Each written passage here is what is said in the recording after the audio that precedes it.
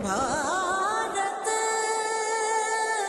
देश हमारा प्रणाम। घर घर तिरंगा, हर घर तिरंगा, घर घर तिरंगा, रथ घर तिरंगा, घरों घरी तिरंगा, प्रत्येक घरी तिरंगा। आसमान को पाना है, आसमान से आगे जाना है। नए भारत की नई कहानी अब आसमां को सुनाना है। गर्व है इस तिरंगे पर, सारे जहां को ये दिखाएंगे। अमृत काल मनाएंगे, घर घर तिरंगा लहराएंगे।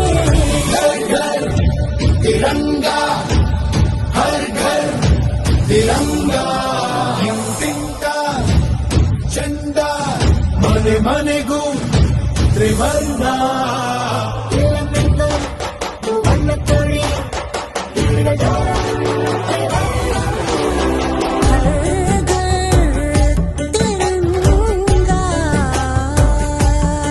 इंडिया इंडिया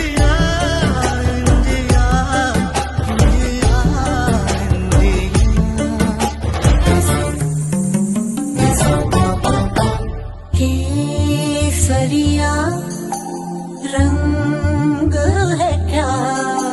ये रंग मेरी शक्ति का है, ये रंग मेरी ताकत का है, ये रंग देश के माथे पे सजा।